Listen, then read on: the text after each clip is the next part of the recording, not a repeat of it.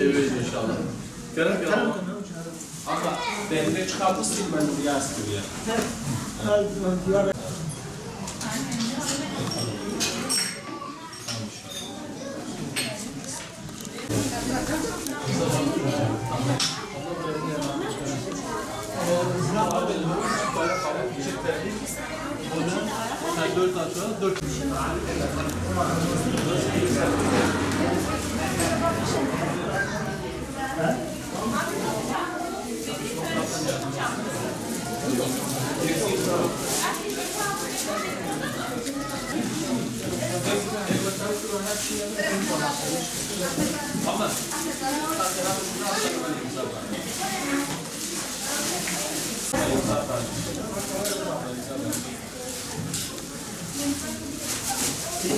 Malumunuz Kurban Bayramı'na bir aydan az bir süre kaldı.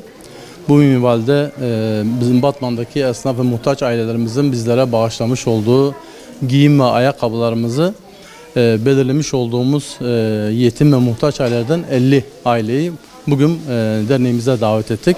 Kendilerinin seçerek, beğenerek almaları için ortam hazırladık. Bugün elhamdülillah hayırseverlerimizin bize vermiş olduğu giyim ve ayakkabı yardımını yapacağız. Rabbim hayırseverlerimizin hayrını kabul etsin. Bununla beraber hayırseverlerimiz bize ne kadar yardımda bulunurlarsa o kadar yetim ve muhtaç ailemize giyim ve ayakkabı ulaştırabiliriz. Allah hepinizden razı olsun.